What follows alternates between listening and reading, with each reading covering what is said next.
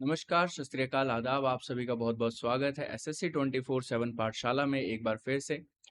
पिछली क्लास में हमने करंट अफेयर्स किया था, जिसका पहला सेट हमने किया था जनवरी महीने का, और हर एक क्वेश्चन की ऑटोप्सी रिपोर्ट हमने निकाल के आपके हाथों में दी थी और सभी क्वेश्चंस का ज़हर बताया था कि कौन सी बिरादरी का ये ज़हर डाला गया है आपके क्वेश्चंस में, ताकि आप लोगों को परेशान कर सके।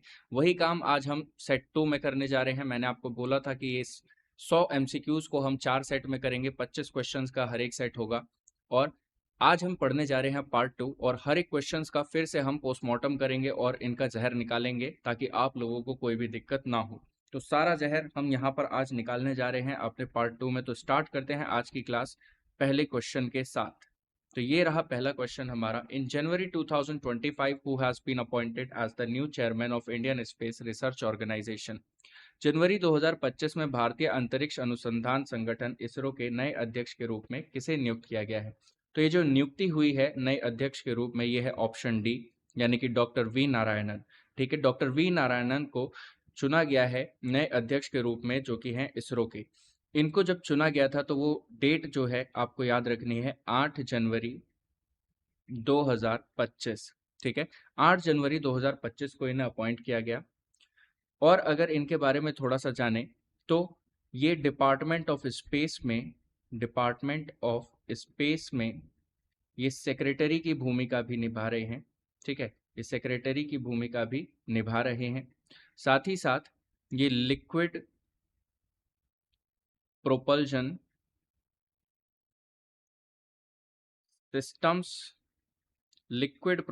सिस्टम्स सेंटर में डायरेक्टर की भूमिका भी निभा चुके हैं। ठीक है, ये इनका पिछला पोस्ट था। ये डायरेक्टर की भूमिका पे थे लिक्विड प्रोपल्शन सिस्टम सेंटर में। ये लिक्विड प्रोपल्शन सिस्टम सेंटर कहाँ पर स्थित है? ये स्थित है हमारा तिरुवनंतपुरम में। ठीक है, ये स्थित है हमारा तिरुवनंतपुरम में, ध्यान रखिएगा। अब यहीं से अगर आपसे एक क्वेश्चन पूछा जाए कि डॉक्टर वी नारायणन से पहले जो अध्यक्ष थे इसरो के, वो कौन थे? तो ये जो ऑप्शन सी में आपको एक नाम दिख रहा है, S Somnath, doctor S Somnath, ये थे हमारे इसरो के इनसे पहले के अध्यक्ष। ठीक है, और इनका जो कार्यकाल था वो था 2022 से लेके 2025 तक, ये आपको याद रखना है। इनसे पहले जो अध्यक्ष थे उनका कार्यकाल था 2022 से 2025 तक, और उनका नाम है डॉक्टर एस सोमनाथ। देखिए, doctor V Narayanan appointed as chairman of ISRO on 8 January 2025. Doctor V Narayanan is also secretary of Department of Space. He was the director of Liquid Propulsion System Centre in Thiruvananthapuram. ठीक है, अगर यहाँ से हम एक और क्वेश्चन पूछें तो आप लोग इसका आंसर करिए बहुत अच्छे तरीके से। मुझे पता है कि आप लोग इसका आंसर बता भी देंगे। Father of Indian space program किसे कहा जाता है? ठीक है, तो इसका जो सही उत्तर होगा वो होगा डॉक्टर विक्रम अंबाला, डॉक्टर विक्रम अंबाला साराभाई। ठीक है, डॉक्टर विक्रम अंबाला को father of Indian space program कहा जाता है। इन्होंने ही इंडियन स्पेस प्रोग्राम की शुरुआत करी थी, और किस साल में करी थी? 1969 में। तो ये कुछ डिटेल्स हैं हमारी जो इसरो से रिलेटेड है। Father of the Indian space program doctor Vikram Ambala Sarabhai को कहा जाता है, जिन्होंने इंडियन स्पेस प्रोग्राम की शुरुआत करी थी 1969 में। और इस प्रश्न का जो हमारा उत्तर है वो है डॉक्टर वी नारायणन, जो अभी हाल ही में सिलेक्ट हुए हैं एज नए चेयरमैन के तौर पे इंडियन स्पेस रिसर्च ऑर्गेनाइजेशन में। तो बढ़ते हैं अपने क्वेश्चन नंबर 2 की तरफ। Which organisation has partnered with Access My India to bridge skill gaps across India? किस संगठन ने भारत भर में कौशल अंतराल को पाटने के लिए एक्सेस माई इंडिया के साथ साझेदारी की है? तो इसका जो सही उत्तर है बच्चों वो है ऑप्शन बी, यानी कि national skill development corporation. National skill development corporation ने एक्सेस माई इंडिया के साथ साझेदारी की है कि वो एक खाई को पाट सके, जो कि है कौशल अंतराल की खाई। जो कौशल हमारा स्किल्स हैं भारत में, उसके लिए जो खाई अभी बनी हुई है भारत में, उसको पाटने के लिए इन दोनों ने साझेदारी की है। इसके बारे में अगर थोड़ा सा जाने तो इसका मेन ऑब्जेक्टिव क्या है? इसका मेन ऑब्जेक्टिव है to empowering specific skills to millions of individuals with relevant industries. जैसे कि एक स्पेसिफिक स्किल लोगों को सिखाना जो भी इंडस्ट्री में वो लोग जाना चाहते हैं या काम करते हैं उसी से रिलेटेड स्किल्स उनको देना चाहिए। जैसे कि अगर कोई इंसान कंप्यूटर इंजीनियर बनना चाहता है तो उसको उसी से रिलेटेड स्किल्स सिखाना, जैसे कि कोडिंग्स हो गई, हमारे कोडिंग कोर्स में कंप्यूटर लैंग्वेजेस हो गई, जावा स्क्रिप्ट या फिर पाइथन, इस तरीके की स्किल्स उन लोगों को सिखाना। तो improve employment ratio and reduce unemployment by providing skills, इनका मुख्य उद्देश्य यही है कि रोजगार को थोड़ा सा बढ़ाया जा सके, ठीक है, एम्प्लॉयमेंट रेशो को थोड़ा सा बढ़ाया जा सके, बेरोजगारी दर को थोड़ा सा कम किया जा सके, लोगों को सिखा के कि वो जिस फील्ड में है उसी फील्ड से रिलेटेड चीजें सिखा के इस चीज को, इस गैप को थोड़ा सा कम करा जा सके, यही इसका मुख्य उद्देश्य है। तो इसका जो सही उत्तर होगा वो होगा नेशनल स्किल डेवलपमेंट कॉर्पोरेशन, क्योंकि इसी ने एक्सिस माई इंडिया के साथ साझेदारी की है। तो option B is the correct answer. चलिए बढ़ते हैं अगले क्वेश्चन की तरफ। On which date is Earth Rotation Day observed every year? पृथ्वी घूर्णन दिवस प्रत्येक वर्ष किस तिथि को मनाया जाता है? तो ये बहुत ही इजी सा क्वेश्चन है, वो है ऑप्शन सी जनवरी 8। ठीक है, ये आपको याद रखना है। जनवरी 8 को हमारा पृथ्वी का जो घूर्णन दिवस है वो मनाया जाता है। और जनवरी में कई सारी डेट्स हैं हमारे पास जिस पे कोई ना कोई दिवस मनाया जाता है, तो उसके लिए यहाँ पे एक छोटी सी लिस्ट है जो कि आपको ध्यान में रखनी है। 3 जनवरी को international mind body wellness day मनाया जाता है। 4 जनवरी को वर्ल्ड ब्रेल डे मनाया जाता है। 6 जनवरी को world day of war orphans, और 6 जनवरी को ही गुरु गोविंद सिंह जयंती भी आती है। तो ये दोनों दिवस मनाए जाते हैं, world day of war orphans और गुरु गोविंद सिंह जयंती। जनवरी 8 को मनाया जाता है जो अभी हमने पीछे देखा, अर्थ रोटेशन डे, ठीक है, पृथ्वी घूर्णन दिवस। जनवरी 9 को मनाया जाता है एनआरआई डे, यानी कि प्रवासी भारतीय दिवस। जनवरी 10 को मनाया जाता है वर्ल्ड हिंदी डे। जनवरी 12 को नेशनल यूथ डे। 15 जनवरी को इंडियन आर्मी डे। और जनवरी 21 बहुत महत्वपूर्ण है, ध्यान रखिएगा, ये मनाया जाता है मणिपुर मेघालय त्रिपुरा फाउंडेशन डे। ठीक है, इसको हम प्यार से MMT भी कहते हैं, MMT फाउंडेशन डे, ध्यान रखिएगा, MMT फाउंडेशन डे। ठीक है, तो ये मनाया जाता है कब? 21 जनवरी को। इसमें और भी कई सारे दिन हैं, जैसे कि सबसे महत्वपूर्ण है 26 जनवरी। अब ये महत्वपूर्ण तो है लेकिन ये एग्जाम ओरिएंटेड नहीं है, क्योंकि सब जानते हैं कि ये कौन सा दिन है, ये है हमारा रिपब्लिक डे, है ना। रिपब्लिक डे कब मनाया जाता है? सब जानते हैं 26 जनवरी को। ये सब जानते हैं, इसी वजह से ये एग्जाम ओरिएंटेड नहीं है। एग्जाम में पूछे जाने वाले दिवस जो हैं वो कुछ इस प्रकार के हैं। यहीं पे एक और मुख्य दिवस है 24 जनवरी, ध्यान रखिएगा, जनवरी 24। जनवरी 24 को जो मनाया जाने वाला दिन है वो है international international day of education. ठीक है, इंटरनेशनल डे ऑफ एजुकेशन मनाया जाता है जनवरी 24 को, ये चीज आप ध्यान रखिएगा। तो ये कुछ खास दिवस हैं जो मनाए जाते हैं हमारे जनवरी महीने में। Question number 4. What is the maximum financial assistance provided under the new cashless treatment scheme for road accident victims? सड़क दुर्घटना पीड़ितों के लिए नई कैशलेस उपचार योजना के तहत प्रदान की जाने वाली अधिकतम वित्तीय सहायता क्या है? तो इसका जो सही आंसर है वो है ऑप्शन ए, यानी कि 1.5 लाख, 1.5 लाख रुपया मैक्सिमम फिनेंशियल असिस्टेंस प्रोवाइड कराई जाएगी under the new cashless treatment scheme, जो भी हमारे विक्टिम्स होते हैं रोड एक्सीडेंट में उन सभी के लिए। ठीक है, एक तो रोड पे गाड़ी थोड़ा सा ध्यान से चलाएं तो इस सब की जरूरत ना पड़े, लेकिन लोग चलाते हैं वहां पे सस्ती वाली बाइकों को ऐसे उठा के चलाएंगे जैसे वो धूम वाली बाइक हो। ठीक है, लेकिन धूम में जो बाइक यूज की गई थी वो बाइक भी बहुत अच्छी थी और वो सब एक्सपर्ट्स की निगरानी में किया जाता है। तो आगे का पहिया ना उठाया करो रोड पे चलते हुए, वरना पीछे का भी उठ जाएगा। ठीक है, तो चलो आगे बढ़ते हैं, अपने क्वेश्चन नंबर 5 पर आते हैं। Where has the central government approved the establishment of a memorial dedicated to former President Pranab Mukherjee? केंद्र सरकार ने पूर्व राष्ट्रपति प्रणब मुखर्जी को समर्पित एक स्मारक की स्थापना को कहां मंजूरी दी है? तो इसका जो सही आंसर है बच्चों वो है ऑप्शन सी, यानी कि राष्ट्रीय स्मृति कॉम्प्लेक्स। राष्ट्रीय स्मृति कॉम्प्लेक्स कहाँ है? ये है हमारा राजघाट में। ठीक है, ये है हमारा राजघाट में, जो कि है न्यू दिल्ली। ठीक है, न्यू दिल्ली। देखिए, अगर इसके बारे में थोड़ा सा और जाने तो प्रणब मुखर्जी का जो कार्यकाल था वो क्या है? तो वो था 2012 से 2017।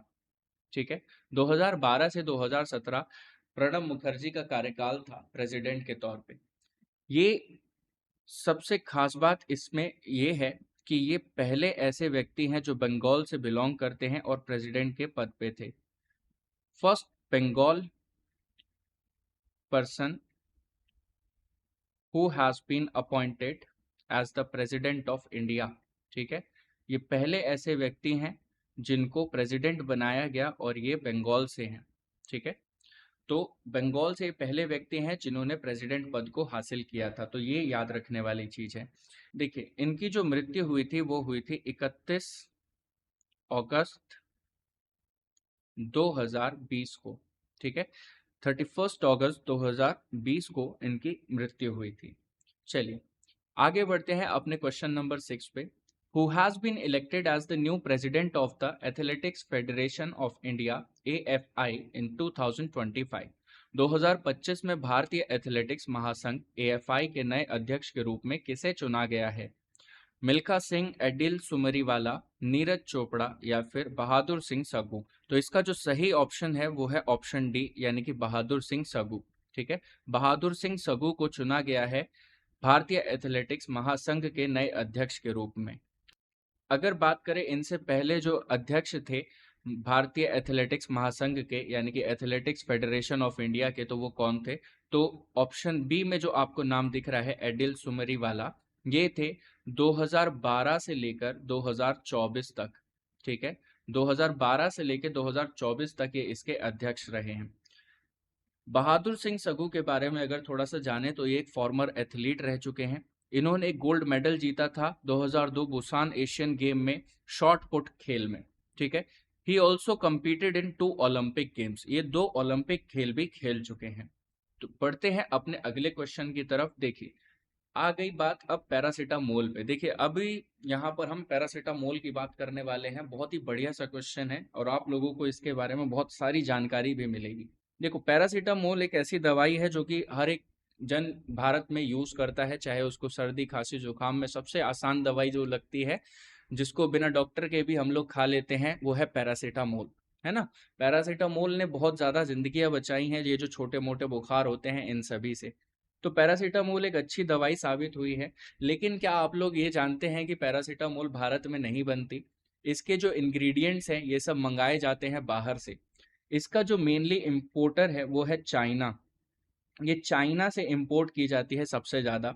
इसके इंग्रेडिएंट्स जर्मनी से भी आते हैं, ठीक है, फ्रांस से भी आते हैं और यूके से भी आते हैं, यूनाइटेड किंगडम से, बट जो मेनली चाइना से इंपोर्ट की जाती है। अभी क्या हुआ है कि इंडिया में पैरासीटामोल को बनाने की तकनीक खोजी गई है। ठीक है, Which organization has developed the technology to produce paracetamol indigenously in India?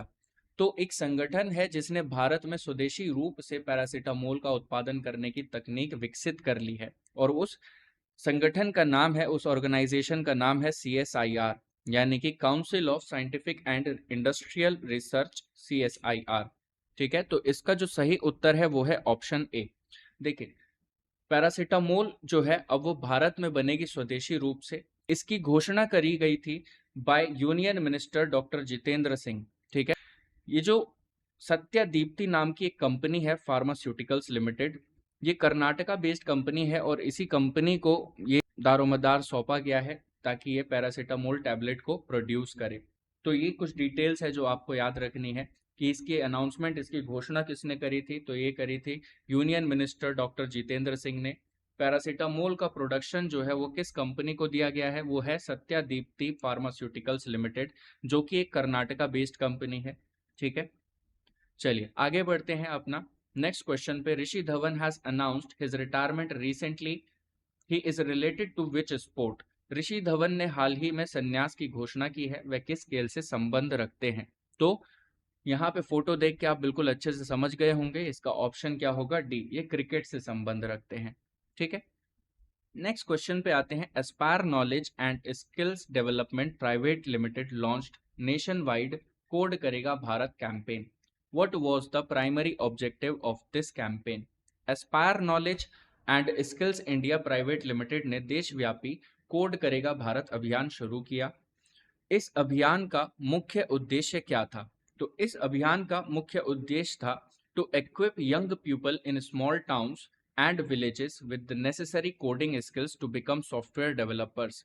ठीक है, ये जो हमारे छोटे छोटे गांव हैं, छोटे शहर हैं, वहाँ के यंग लोगों को उठा के उनको सॉफ्टवेयर डेवलपर्स बनाना चाहते हैं, तो वो उनको कोडिंग स्किल्स प्रोवाइड करेंगे। ठीक है, और इनके जितने भी कोर्सेज रहेंगे वो कोडिंग से रिलेटेड, चाहे वो लैंग्वेजेस हों जैसे कि सी लैंग्वेज, जावा, पाइथन या जो भी हमारी लैंग्वेजेस होती हैं, उन सभी के कोर्स ये फ्री ऑफ कॉस्ट प्रोवाइड करेंगे।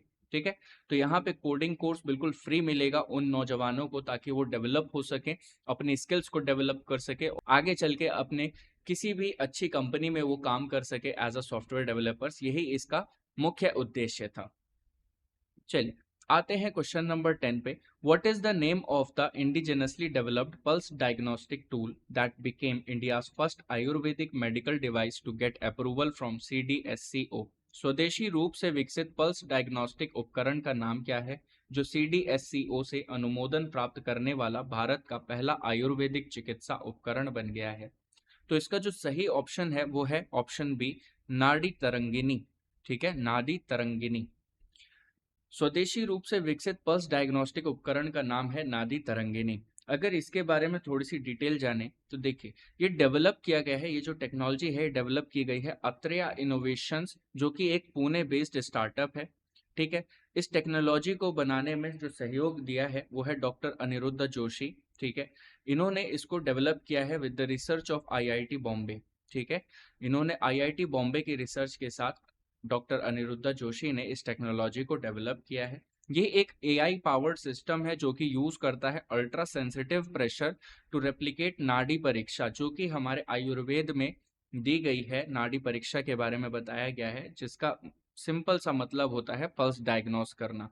तो यहाँ पे AI का इस्तेमाल किया गया है, AI पावर्ड सिस्टम जो कि यूज करेगा अल्ट्रा सेंसिटिव प्रेशर्स को, जो कि रेप्लिकेट करेगा बिल्कुल नाड़ी परीक्षा की तरह, जो कि डायग्नोस करेगा आपकी पल्स को। ठीक है, तो ये कुछ इसके बारे में था, इसके बारे में डिटेल्स थी जो कि आपको पढ़नी है।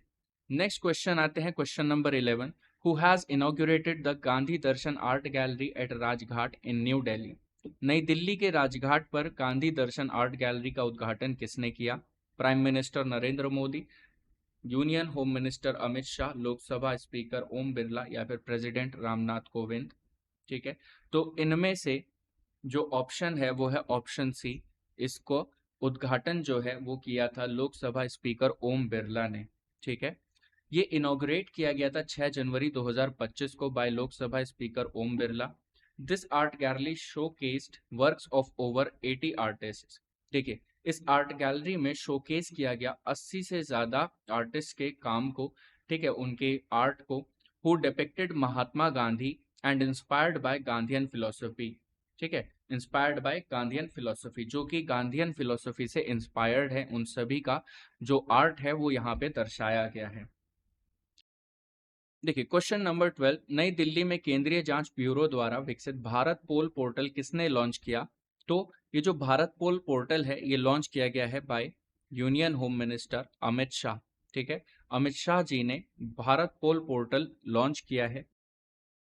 ये हमारे स्टेट और सेंट्रल एजेंसीज को मदद करेगा, अलाउ करेगा कि ये इंटरपोल से कनेक्ट करें। ठीक है, कि ये इंटरपोल से कनेक्ट करें और किसी भी चीज की एक रियल टाइम इंफॉर्मेशन शेयर करें। ठीक है, एक रियल टाइम अगर इंफॉर्मेशन इनको चाहिए होगी, रियल टाइम इंफॉर्मेशन अगर किसी भी एजेंसी को चाहिए होगी तो वो इंटरपोल से कनेक्ट करेगा और उनको यहाँ पे सहयोग मिलेगा इंटरपोल से, जो कि एक रियल टाइम इंफॉर्मेशन को शेयर करेगा इन स्टेट और सेंट्रल एजेंसीज के साथ। ये जो हमारे पास फैसिलिटी है, जैसे अभी भारत पोल जो है, ये फैसिलिटी किसी भी स्टेट एजेंसी या सेंट्रल एजेंसी को प्रोवाइड कराएगा। ये पहले सिर्फ और सिर्फ CBI के पास था। ठीक है, ये पहले सिर्फ CBI के पास था। तो CBI के पास इसका एक्सेस था, जो कि साइबर क्राइम, ड्रग ट्रैफिकिंग और ह्यूमन ट्रैफिकिंग जैसे क्राइम्स को काउंटर करने के लिए यूज किया जाता था। अब यही फैसिलिटीज जो है वो स्टेट सेंट्रल एजेंसीज को भी प्रोवाइड की जाएगी। What is the primary purpose of the Bharat pole portal? Bharat pole portal का मुख्य उद्देश्य क्या है? द ऑनलाइन फाइलिंग, ऐसा कुछ ऑप्शन नहीं है तो इसको देखते ही हटा दो। To provide online police training through Interpol, ऐसा भी कुछ नहीं था। To monitor the progress of ongoing investigation, या फिर to streaming request for international assistance through portal. तो क्वेश्चन नंबर 13 का जो आंसर होगा वो क्या होगा? Option C. ठीक है, to streaming request for international assistance through Interpol, यानी कि ये स्ट्रीम करेगा, रिक्वेस्ट करेगा इंटरपोल इंटरनेशनल असिस्टेंस को थ्रू इंटरपोल। ठीक है, तो बढ़ते हैं अपने अगले क्वेश्चन की तरफ। वो है 15th edition of Asia's biggest biennial air show and aviation exhibition Aero India 2025 will be held at the Air Force Station. What is the theme of Aero India 2025? Asia के सबसे बड़े द्विवार्षिक एयर शो और विमानन प्रदर्शनी arrow India 2025 का 15वां संस्करण वायु सेना स्टेशन पर आयोजित किया जाएगा। एरो इंडिया 2025 का विषय क्या है, यानी कि यहाँ पे जो क्वेश्चन है हमारा वो पूछा गया है थीम का। ठीक है, यहाँ पे पूछा गया है हमसे थीम, और थीम वाले क्वेश्चंस आप लोग जानते हैं आजकल एग्जामिनर के फेवरेट हैं, और ये कभी भी आ सकते हैं। ठीक है, किसी भी एग्जाम में आ सकते हैं और किसी भी चीज से आ सकते हैं। तो यहाँ पे इसका जो थीम था वो था option A, the runway to a billion opportunities. ठीक है, the runway to a billion opportunities. और अगर इसके बारे में थोड़ा सा जाने कि ये जो शो है, ये एग्जीबिशन है, ये कहाँ पर हुआ था, तो ये हुआ था एट येलाहांका। ठीक है, येलाहांका एयरफोर्स स्टेशन पे। ठीक है, येलाहांका एयरफोर्स स्टेशन पे, ध्यान रखिएगा। ये कहाँ पर है? ये है बेंगलुरु कर्नाटका, बेंगलुरु यानी कि कर्नाटका में। ठीक है, कर्नाटका। तो येलाहांका एयरफोर्स स्टेशन यानी कि बेंगलुरु में ये आयोजित किया गया था। और ये कब से कब तक हुआ था? तो ये हुआ था 10 से 14 फरवरी 2025। ठीक है, 10 से 14 फरवरी को ये आयोजित करा गया था 2025 में। यहाँ तक सभी को क्लियर है? चलिए आगे बढ़ते हैं अपने क्वेश्चन नंबर 15 पे।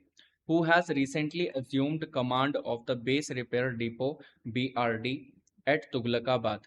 हाल ही में तुगलकाबाद स्थित बेस रिपेयर डिपो की कमान किसने संभाली है? तो इसका जो सही आंसर है वो है air commodore Devaki Nandan Sahu. Option A is the correct answer. यहाँ तक सभी को क्लियर है? यहाँ तक कोई भी डाउट? अब जो इनको कमान संभाली गई है वो किस डेट पे संभाली गई है? तो वो था 6 जनवरी 2025। देखिए अपॉइंटमेंट्स में सबसे इंपॉर्टेंट डेट्स होता है, तो इन सबको नोट डाउन कीजिए। ठीक है, फिर आता है हमारा question number 16। What is the name of the first individual pure term life insurance plan launched by go digit life insurance? ठीक है, गो डिजिट लाइफ इंश्योरेंस द्वारा शुरू की गई पहली व्यक्तिगत प्योर टर्म जीवन बीमा योजना का नाम क्या है? तो इसका जो सही ऑप्शन है वो है option B, Digit Glo term life insurance. देखिए टर्म लाइफ इंश्योरेंस बहुत ही बेहतरीन सी चीज है। ये बेसिकली उन लोगों के लिए बनाई गई है जिनकी जो आय होती है वो एक निश्चित नहीं होती है। अगर कोई व्यक्ति 25,000 कमा रहा है, ये सुनिश्चित नहीं है उसके लिए कि अगले महीने भी उसके 25,000 हो सकता है 35 हो जाए, या ये भी हो सकता है कि 15,000 हो जाए, है ना। तो जो हमारे छोटे बिजनेस होते हैं, लघु उद्योग होते हैं, या जो हमारे जितने भी बाजार में रेडी पटरी आप देखते हो, तो ये लोग जो है उनकी सुनिश्चित आय नहीं होती। तो इन लोगों के लिए एक ऐसा प्लान बनाया गया है, एक टर्म लाइफ इंश्योरेंस नामक प्लान बनाया गया है। इसमें क्या होता है, अगर कोई व्यक्ति अकाल मृत्यु मर जाता है या किसी भी एक्सीडेंट में उसकी मृत्यु हो जाती है किसी भी प्रकार से, तो एक समय अवधि होती है। अगर उस समय अवधि से पहले वो अपनी आयु से पहले मर जाता है, तो उसके जो पीछे घर वाले होते हैं उनकी देखरेख के लिए ये जो टर्म लाइफ इंश्योरेंस है ये बहुत अच्छा मुआवजा देता है। और इसके जो प्रीमियम प्लान्स होते हैं, जो आपको पेमेंट करनी होती है प्रीमियम के तौर पे, वो बहुत ही ज़्यादा कम होती है। अगर महीने के 1,000 रुपये आप पे कर रहे हो किसी भी साल में अपनी आयु के, जैसे कि आप 35 साल के हैं, 36 साल के हैं, तो अगर आपकी अकाल मृत्यु हो जाती है तो वो प्रीमियम के हिसाब से भले ही आपने 1,000 रुपये भरे हो, आपको जो इंश्योरेंस क्लेम मिलेगा उसका वो काफ़ी अच्छा मिलेगा, 50 लाख 70 लाख। वो प्लान के अकॉर्डिंग होता है। वो आप जब पोर्टल्स पे जाके देखेंगे, जो हमारी कंपनीज हैं जो प्लान्स बेचती हैं उनके पोर्टल्स पे जाके देखेंगे तो आपको पता लगेगा कि कितना क्लेम मिल सकता है। तो एक काफ़ी अच्छी इनिशिएटिव है टर्म लाइफ इंश्योरेंस। और इस क्वेश्चन का जो उत्तर है वो क्या है? Digit Glo term life insurance. ठीक है, चलिए आगे बढ़ते हैं question number 17। Kostas Simitis is credited with being the architect of Greece joining which currency? Costa Simitis को ग्रीस को किस मुद्रा में शामिल करने का श्रेय दिया जाता है? तो ये बहुत ही बढ़िया सा क्वेश्चन है और इसका जो बढ़िया सा आंसर होगा वो होगा यूरो, यानी कि ऑप्शन सी। ठीक है, ऑप्शन सी। अगर आप लोगों से पूछा जाए कि ग्रीस की इससे पहले करेंसी क्या थी, तो वो थी ड्राचमा। ठीक है, राजमा नहीं, द्राचमा, ऐसे ही कुछ नाम था। ठीक है, यही नाम है, द्राचमा, DRACHMA। द्राचमा नामक करेंसी यहाँ पे पहले चलती थी, जो कि यूरो से पहले थी, फिर इन्होंने ज्वाइन कर लिया यूरो। ठीक है, यहाँ की करेंसी जो है वो यूरो है। कोस्तास सिमितिस जो है ये फॉर्मर प्राइम मिनिस्टर हैं। ठीक है, फॉर्मर प्राइम मिनिस्टर हैं ग्रीक के। ठीक है, question number 18, at the national sports award ceremony presented by the president of India at Rashtrapati Bhavan on January 17, 2025, which athletes received the major Dhyan Chand Khel Ratna award for the year 2024। 17 जनवरी 2025 को राष्ट्रपति भवन में भारत के राष्ट्रपति द्वारा प्रदान किए गए राष्ट्रीय खेल पुरस्कारों में 2024 के लिए मेजर ध्यानचंद खेल रत्न पुरस्कार किस खिलाड़ी को मिला? देखिए, थोड़ा सा टेक्निकल सा क्वेश्चन है, लेकिन यहाँ पे हमें आंसर बहुत आसानी से मिल जाएगा। देखो, पहला ऑप्शन तो देखते ही हटा दो, क्योंकि नीरज चोपड़ा जो है वो हॉकी से संबंध नहीं रखते। यहाँ पे मेजर ध्यानचंद खेल रत्न की बात हो रही है, तो ये हॉकी से रिलेटेड होता है। तो नीरज चोपड़ा जो है वो जेवलिन के लिए जाने जाते हैं। यहाँ पे जो हमारे तीन ऑप्शन दिख रहे हैं, ये तीनों हॉकी से रिलेट करते हैं, लेकिन जिस खेल की यहाँ पे बात हो रही है वो है हमारा 2024 के लिए मेजर ध्यानचंद खेल रत्न पुरस्कार किस खिलाड़ी को मिला? 2024 के लिए जो खेल पुरस्कार मिला गया था वो था चिराग शेट्टी। ठीक है, इसका जो सही उत्तर है वो चिराग शेट्टी।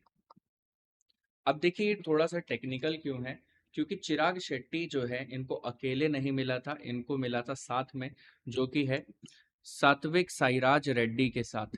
ठीक है, यहीं पे एक और ऑप्शन होना चाहिए था, जिसमें एक और नाम ऐड होना चाहिए था, जो नाम था सात्विक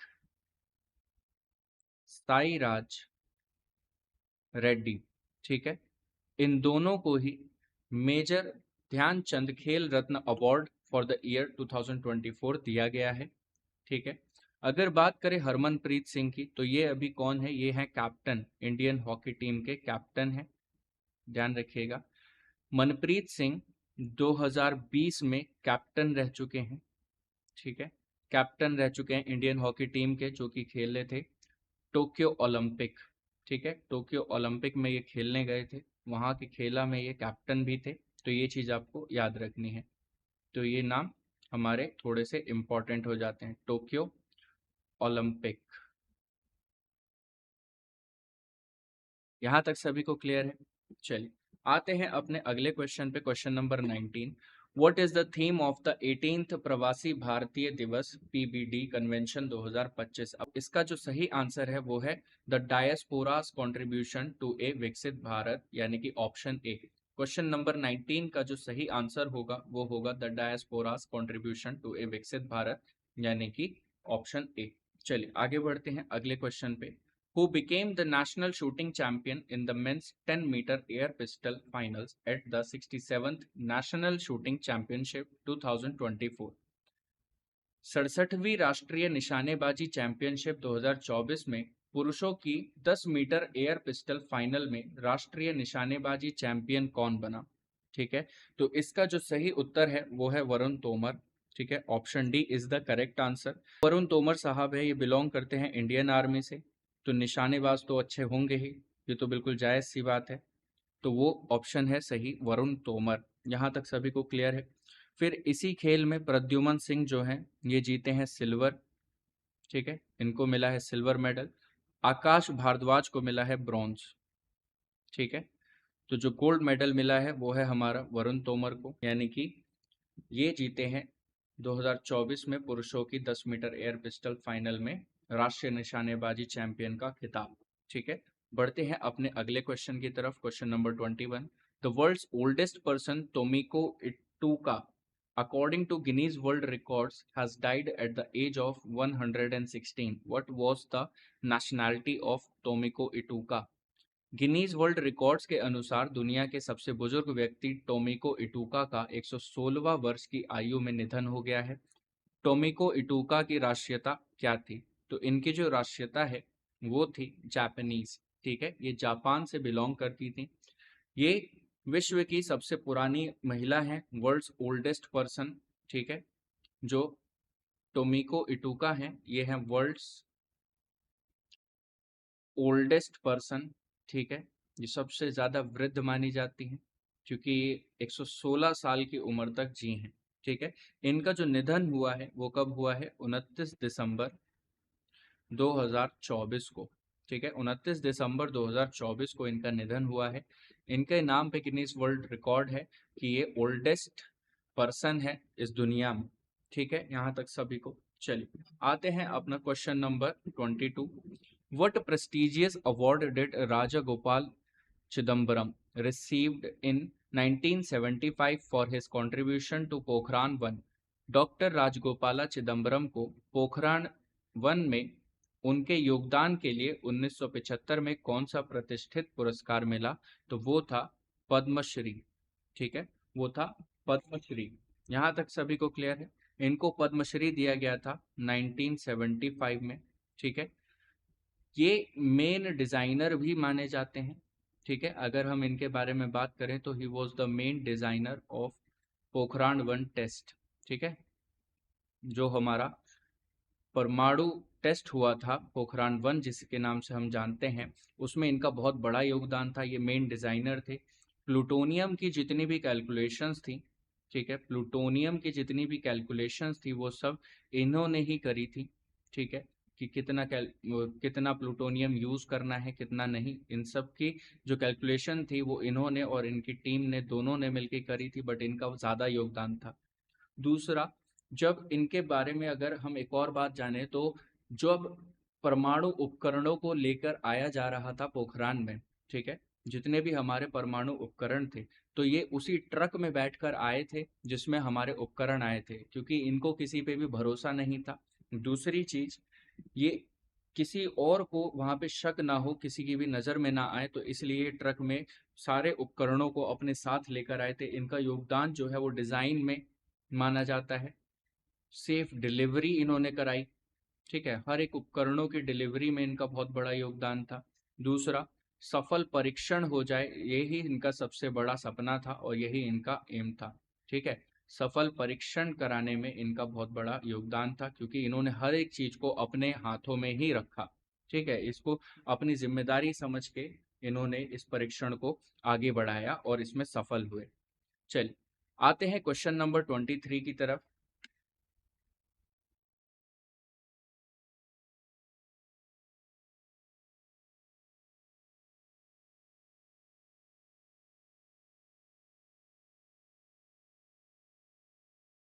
आते हैं हमारे क्वेश्चन नंबर 22 पे। What prestigious award did doctor Rajagopal Chidambaram receive in 1975 for his contribution to Pokhran 1? Doctor Rajagopala Chidambaram को पोखरान 1 में उनके योगदान के लिए 1975 में कौन सा प्रतिष्ठित पुरस्कार मिला? तो इसका जो सही आंसर है वो है ऑप्शन डी, यानी कि पद्मश्री। इनको पद्मश्री से नवाजा गया था 1975 में, क्योंकि इनका जो योगदान था वो बहुत ही बड़ा था पोखरान 1 में, ठीक है। पोखरान 1 में जब परमाणु हथियारों की टेस्टिंग हो रही थी तब यहाँ पर इनका योगदान बहुत ज़्यादा था, क्योंकि इन्होंने प्लूटोनियम की कैलकुलेशंस वगैरह सब चीज़ें अपने हाथों से ही करी हैं, ठीक है, इन्होंने खुद प्लूटोनियम की कैलकुलेशंस वगैरह में योगदान दिया। साथ ही साथ जितने भी उपकरण जहां से लाए जा रहे थे वहां से पोखरान तक ये उसी ट्रक में बैठकर आए थे, क्योंकि इन्हें किसी पे भी भरोसा नहीं था। ये किसी भी तरीके से नहीं चाहते थे कि ये जो टेस्ट ये लोग करने जा रहे हैं ये कॉम्प्रोमाइज हो जाए। तो उसकी सेफ्टी, जो हमारे उपकरण आ रहे थे यहाँ से, ठीक है, उनकी सेफ्टी और उनकी डिलीवरी तक, ठीक है, उनकी सेफ्टी और डिलीवरी दोनों का इन्होंने खास ध्यान रखा ताकि सफल परीक्षण हो जाए। तो इसलिए डॉक्टर राजगोपाल चिदम्बरम को यहाँ पे पद्मश्री दिया गया इनके योगदान के लिए। आते हैं क्वेश्चन नंबर 23 पे। How much will farmers in Telangana receive annually पर एकड़ अंडर द रायुथु भरोसा स्कीम? तेलंगाना में किसानों को रायथू भरोसा योजना के तहत प्रति एकड़ सालाना कितनी राशि मिलेगी? तो इसका जो सही उत्तर है वो है ऑप्शन ए। यहाँ पे कुछ टेक्निकल पॉइंट्स भी हैं। यहाँ पे जो हमें सालाना प्रति एकड़ पे जो भी राशि मिलेगी वो किन फार्मर्स को मिलेगी? जो भी फार्मर्स रजिस्टर्ड है रायुतु भरोसा स्कीम में, ये सिर्फ उन्हीं को मिलेगी। और पर एकड़ यहाँ पे 12,000 मिलेंगे, जो कि आपको 2 इंस्टॉलमेंट में मिलेंगे।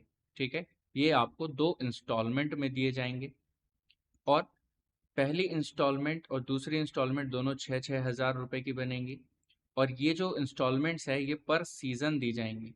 ध्यान रखिएगा, पर सीजन, सीजन के हिसाब से यहाँ पे दी जाएंगी। पहला जो सीजन होगा वो होगा रबी क्रॉप का, और दूसरा जो होगा वो होगा खरीफ क्रॉप का।